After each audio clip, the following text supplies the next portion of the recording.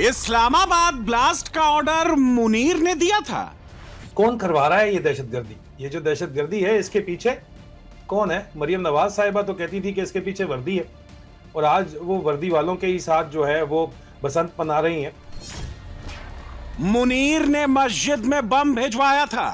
या तो आप अपने चेक पोस्ट हटा दे या फिर आप लोग हमारी जानों की हिफाजत करें। आप लोग फेल हो चुके हैं। पाकिस्तान के मसले अभी तक इंसानों की जानों पर अटके हुए हैं। आपकी सो कॉल्ड सिक्योरिटी है उसको क्रॉस करके ये लोग कैसे पहुंचे हैं वहाँ पे? जो शिया कौम है उनके साथ इस मुल्क में एक बार फिर उनका खून बहाया गया है। मस्जिद धमाका और मुनीर का कनेक्शन मिल गया। एक जो थ्योरी है ना कि ये टेररिस्ट पाकिस्तान की आर्मी का काम है, ये टेररिज्म, ये जो धमाका हुआ है उसको बहुत ज्यादा स्ट्रेंथ मिलती जा रही है। इस्लामाबाद का कसाई मुनीर भाई है। दहशतगर्दों का कोई फिरका नहीं होता। कैसे नहीं होता? हम ये बात करके उनको सपोर्ट कर रहे होते हैं। यहां मैं आपको एक राज से पर्दा उठाना चाहता हूं। शिया को आखिर मारा कैसे जाता है? आज मैं आपके सामने सिर्फ ये नहीं कहना चाहता कि दहशतगर्दों का कोई मजहब नहीं होता। आज मैं आपको उनका मजहब भी बताऊंगा। मैं सिर्फ ये नहीं कहना चाहूंगा जनाब दहशतगर्दों का कोई ताल्लुक किसी मकतब फिक्र या फिरके से नहीं है। पीओके में मुनीर के खिलाफ शिया सड़क पर आ गए। हमें सिक्योरिटी की भीख नहीं चाहिए। सिर्फ एक दफा आकर ऐलान कर दो कि शिया अपनी जान का तहफ्फुज़ खुद करेंगे। हैदर कर्रार की कसम खाकर कह रहा हूं, पाकिस्तान में एक दहशतगर्द नहीं बचेगा। हमें भी अपने मुजरिम चाहिए। हम भी अपने मुजरिमों को तख्ते दाम पर देखना चाहते हैं। आज तक आपने हमें तहफ्फुज़ देने में आप नाकाम रहे। जब जब आसिम मुनीर की गद्दी खतरे पर पड़ती है, जब जब मुनीर के खिलाफ विद्रोह तेज होता है, जब जब मुनीर के खिलाफ आवाज बुलंद होती है, पाकिस्तान में धमाका हो जाता है।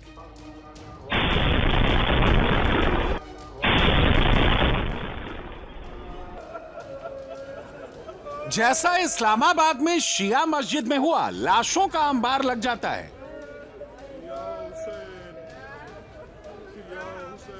बहादुर खान भी लिखा हुआ, पूरा जेंडर भी पूरा। लेकिन सबसे ताज्जुब वाली बात है, सुसाइड बॉम्बर के चीथड़े उड़ जाते हैं, लेकिन उसके आईडी कार्ड को कुछ नहीं होता। जैसा मुनीर ने कहा था, बिल्कुल वैसा ही समझाया जाता है। जेंडर भी पूरा, आईडी देखिए ना, आईडी कार्ड नंबर भी पूरा अवेलेबल है। जब भी कहीं को वाकया होता है, अचानक शिनाख्ती कार्ड पूरे पते समेत और हर चीज समेत जो है वो अवेलेबल हो जाता है। बंदे का मतलब जिस्म का कोई टुकड़ा भी बाकी ना रहे, लेकिन शिनाख्ती कार्ड महफूज रहता है। कि शिनाख्ती कार्ड में जो थोड़ा बहुत जलने का आ रहा है आंसर, वो ऐसी जगह है जो मैटर ही नहीं करती। दस्तखत भी मौजूद है, नाम भी वाजे है, निशान भी नहीं है। इधर बहादुर खान भी लिखा हुआ पूरा, जेंडर भी पूरा, आईडी देखिए ना, आईडी कार्ड नंबर भी पूरा अवेलेबल है, डेट ऑफ बर्थ भी अवेलेबल है। इधर पीछे देखें तो साफ साफ पता पूरा लिखा हुआ है, हर चीज के कहाँ का था, कहाँ रहने वाला था। यानी ये कितने समझदार धमाके होते हैं जिसमें आईडी कार्ड महफूज रहता है। जब एजेंसियां किसी भी मुल्क की, हो सकता है वो लोकल एजेंसियां करवाएं, हो सकता है बैरूनी एजेंसियों नहीं करवाएं, लेकिन एजेंसियां जब कोई काम करवाती हैं और किसी खास एंगल से पिन करना चाहती हैं, तो जो आईडी होती है वो खास हद तक जला के डिस्ट्रॉय करके पहले से तैयार रखी होती है। फिर जब वाकया हो जाता है तो वहां पे ऐसे फेंक दी जाती है, पहुंचा दी जाती है, वहां पे किसी ना किसी तरीके से उसको इंस्टॉल कर दिया जाता है।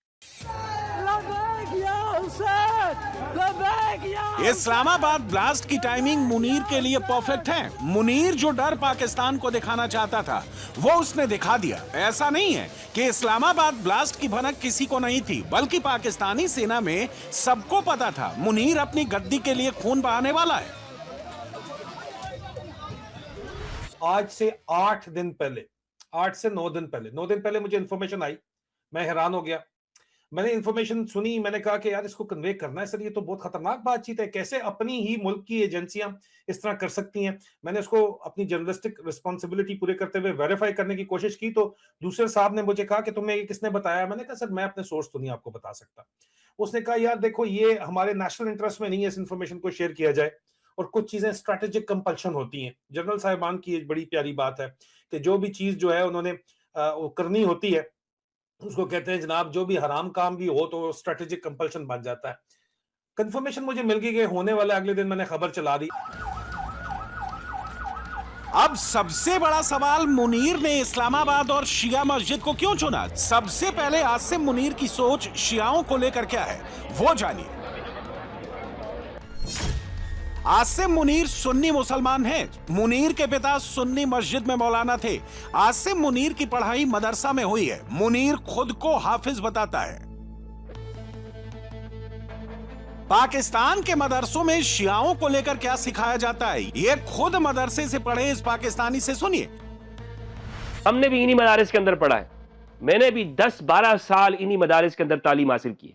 और सोशल मीडिया के ऊपर आप मेरे हवाले से पोस्टिंग देख लें कि इस बात के गवाह वो सारे लोग हैं कि जिन्होंने मेरे साथ मदरसे के अंदर तालीम हासिल की, जिन्होंने मेरे साथ वहाँ मदरसे में एक क्लासों के अंदर हमने पढ़ा है, एक उस्ताद के सामने हम बैठे हैं और हमारी मताम की ज़िंदगी, हमारी ज़िंदगी कि मेरे बारे में भी ये कहा जाता है कि एक वक्त ये था कि मैं भी शिया को वाजिबुल कत्ल समझता था। हाँ, ये हकीकत बात है। अगर मुझे अल्लाह सुब्हानहू व तआला कुरान और अहलुल बैत की मारिफत ना देता तो आज मैं भी इन शिया लोगों को पता नहीं किन रास्तों के अंदर ये प्लानिंग कर रहा होता कि इनको किस तरह से अस्तगफिरुल्लाह अज़ीम इनको वासिल जहन्नम करना है। पाकिस्तान कहने को इस्लामिक मुल्क है, लेकिन इस मुल्क में सबसे ज्यादा टारगेट शियाओं को किया जाता है। मदरसे में शियाओं को मारना सिखाते हैं। ऐसे ही मदरसे में मुनीर पढ़ा है। उसकी सोच भी एंटी शिया है। मुनीर इस बार एक तीर से 2 शिकार करना चाहता था। इस्लामाबाद में शिया मस्जिद पर हमला। हमलावर को पेशावर का बताया गया। पेशावर में इमरान की पार्टी की सरकार है। मुनीर के मुताबिक आतंकी को इमरान की पार्टी सपोर्ट करती है। पेशावर से इस्लामाबाद की दूरी 185 किलोमीटर है। सोचिए, एक सुसाइड बॉम्बर अपने शरीर में बम बांधकर बस से 185 किलोमीटर दूर धमाका करने के लिए आया और उसको किसी ने नहीं देखा। ऐसा पाकिस्तान में ही हो सकता है।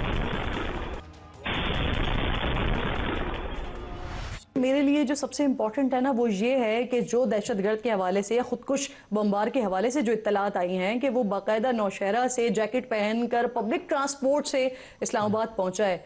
इतनी चेक पोस्टें आती हैं सर, रास्ते में कैसे बच निकला?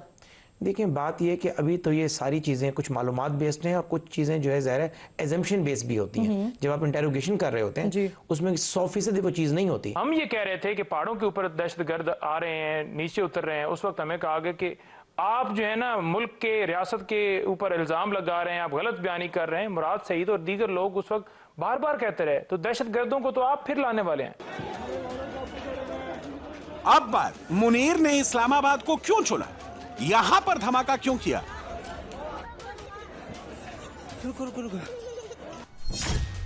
इस्लामाबाद पाकिस्तान की राजधानी है। यहां पर हमला पाकिस्तान की सबसे बड़ी खबर बनती है। मुनीर ने बड़ा सोच समझकर इस्लामाबाद प्लान बनाया था, लेकिन उसको इस बात का जरा भी अंदाजा नहीं था कि उसका प्लान पाकिस्तानी आर्मी लीक कर देगी। इसके एक रिश्तेदार ने बयान दिया है कि ये एक्चुअली अभी कुछ दिनों पहले पाकिस्तान के आर्मी चीफ से भी मिला था। उसको आर्मी चीफ ने कैश भी दिया था, एक कोरोला गाड़ी भी दी थी और कई जनरल से मिल चुका है। एक जो थ्योरी है ना कि ये टेररिस्ट पाकिस्तान की आर्मी का काम है, ये टेररिज्म, ये जो धमाका हुआ है उसको बहुत ज़्यादा स्ट्रेंथ मिलती जा रही है, क्योंकि इस्लामाबाद में इन एक्सट्रीमिस्ट देवबंदी और अहले हदीस के जो टेररिस्ट ग्रुप्स हैं उनकी एक्टिविटीज़ बहुत ज़्यादा बढ़ गई थी। इस वक्त पाकिस्तान सबसे मुश्किल दौर से गुजर रहा है। मुनीर के मार्शल लॉ ने पाकिस्तान के हर बॉर्डर पर जंग शुरू करवा दी है। इंडिया बॉर्डर पर कभी भी फुल फ्लैश वॉर शुरू हो सकती है।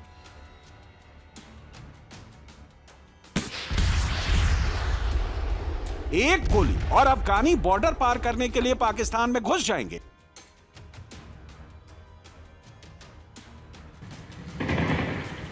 बलूचिस्तान में बीएलए ने खून बहाना शुरू कर दिया है।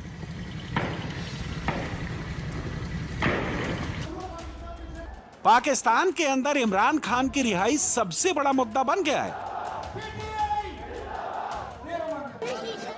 आसिम मुनीर चारों तरफ से घिर चुका है। जब जब पाकिस्तानी जनरल के सामने ऐसे हालात आते हैं तो पाकिस्तान में शियाओं की मस्जिदों में धमाके तेज हो जाते हैं।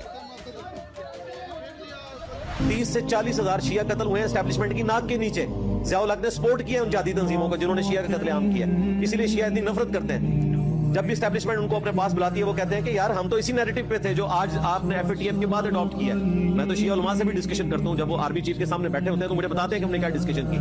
तो डरके की चोट पे कहते हैं कि भाई आप जो बातें कर रहे हो ये तो हम उस वक्त करते थे जब ज़िया-उल हक जो है हमारा कत्लेआम करवा रहा था, आज आपने हमारा नैरेटिव अडॉप्ट किया। तो शिया कम्युनिटी जो है जो पाकिस्तान में 20% तो है, 20 से 25%। कादियानी तो आटे में नमक भी नहीं है, क्रिश्चियन तो आटे में नमक भी नहीं है। आप देखें मुसलमानों का एक फिरका, उसके बारे में इतना सख्त रवैया अडॉप्ट किया गया। आप कादियानियों का जिक्र तो करते हैं, सबसे मजलूम तबका यहाँ पे शिया जो मुसलमान होने के बावजूद कत्ल हुए।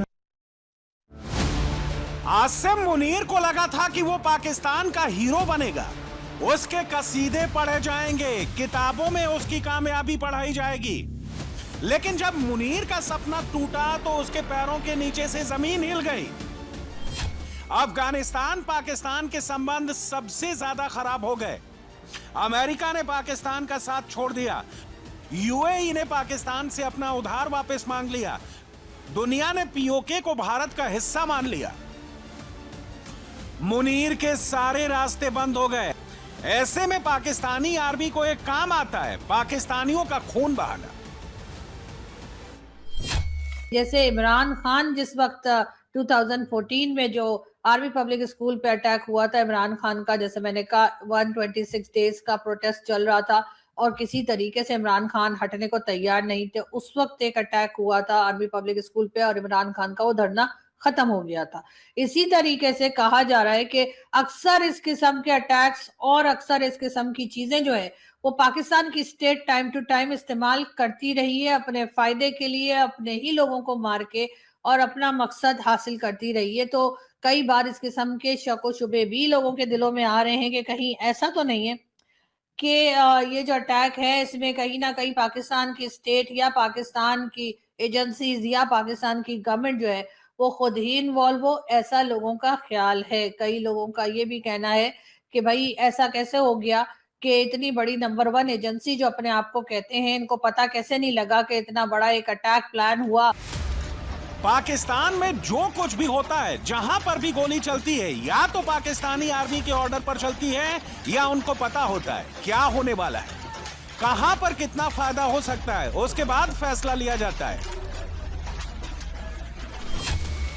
8 फरवरी को इमरान के समर्थन में पूरे पाकिस्तान में विरोध होने का ऐलान था। 7-8 फरवरी को लाहौर में मरियम नवाज ने बसंत मनाने का ऐलान किया। 6 फरवरी को इस्लामाबाद बम ब्लास्ट हुआ और इस्लामाबाद में इमरजेंसी घोषित हो गई।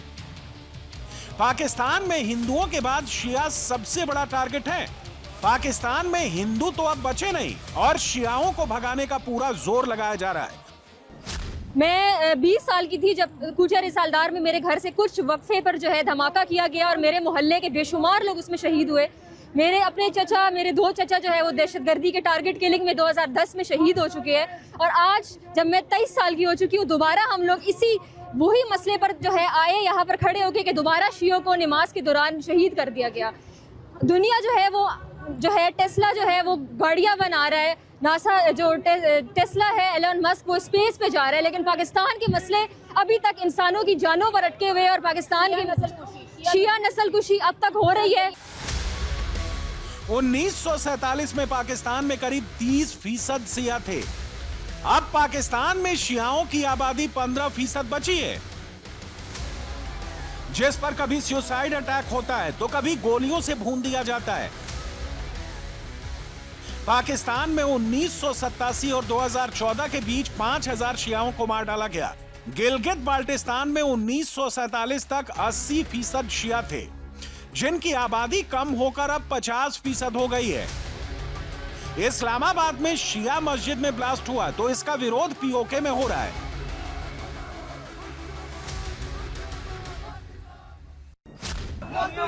मुर्दाबाद मुर्दाबाद मुर्दाबाद मुर्दाबाद मुर्दाबाद ये मनाजिर मैं कैसे बयान कर सकता हूँ। हमारी जवानों को एक जिहाद देने की जरूरत है। तुम किसको मरवाओगे? जालिमो जवाब दो, जालिमो जवाब दो। पाकिस्तान में और कहीं पर भी शियाओं के लिए आंसू नहीं बहाए गए, क्योंकि शियाओं को देखने का नजरिया अलग है। पाकिस्तान का यही सच है, ये बात पीओके के शियाओं को भी मालूम है। हमें बताते हैं ये बाहर से आए हैं, ये पता नहीं अफगानिस्तान का नाम लेता है, हिंदुस्तान का नाम लेता है। अगर पाकिस्तान अगर अफगानिस्तान या हिंदुस्तान का नाम लेता, अगर वहाँ से आता है तो उनके तो कोई पासपोर्ट होंगे, उनके कोई दाखिली खारिजी कम से कम इतना तो कोई मालूमात तो होनी चाहिए। ये अगर इस तरह के बगैर किसी पाकिस्तान से आने के लिए रास्ते अगर हैं और अफगानिस्तान से आने के लिए रास्ते हैं, तो हिंदुस्तान से आने के लिए अगर रास्ते अगर हैं तो हम यही कहेंगे ये रास्ते आपने ही दिए हैं, ये आपने नहीं दिए। ये कहने के ऊपर हम हक बजानिब है, इसमें अगर शरीक है तो कोई दूसरा नहीं, आप लोग ही शरीक है। इसमें आप इदारे, रियासती जिम्मेदार इदारे ही इसमें शरीक है। हम इस कहने के हमें कोई झिझक भी नहीं है। हम मुंह पे कहते हैं, हम कहीं पीठ पीछे नहीं कहते हैं, हम किसी क्या कमरे के अंदर नहीं कहते, हम मुंह पे ये बात कहते हैं। पीओके में शिया खुलकर बोल रहे हैं। इस्लामाबाद धमाके के पीछे आसिम मुनीर है। पाकिस्तानी आर्मी का संविधान भी शिया विरोधी है। आपको जानकर हैरानी होगी, पाकिस्तानी आर्मी में सिर्फ एक शिया जनरल बन सका है। 1998 में जनरल मुशर्रफ पाकिस्तानी चीफ बने। जनरल मुशर्रफ ब्रिटिश आर्मी से थे, इसलिए जनरल तक पहुंचे। लेकिन जनरल मुशर्रफ को मरने के बाद ईरान में दफनाया गया। जिन्ना शिया मुसलमान थे, लेकिन जिन्ना के मरने के बाद उनको शिया रिवाज से दफनाने से इनकार कर दिया गया।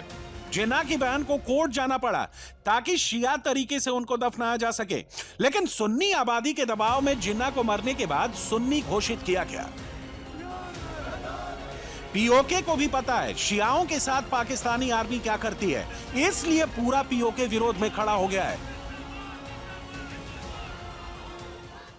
आज स्कर्दू शहर में हड़ताल की जा रही है, जबकि बल्तिस्तान के दीगर इलाकों में भी एहतजाज किया जा रहा है। इस वक्त मैं मेन बाज़ार स्कर्दू में मौजूद हूँ, जहाँ पर अब से कुछ ही देर बाद अंजुमन इमामिया की कॉल पर एहतजाज रिकॉर्ड किया जाएगा। इस वक्त जो एहतजाजी रैली है वो हुसैनी चौक पर पहुँचा है, जिसमें हज़ारों की तादाद में लोग शरीक हैं और सानह तरली के ख़िलाफ़ एहतजाज कर रहे हैं। पाकिस्तान की बर्बादी की कहानी तब तक जारी रहेगी जब तक आसिम मुनीर जैसे जनरल गद्दी पर बैठे रहेंगे। पाकिस्तान एक देश नहीं, एक गलती है।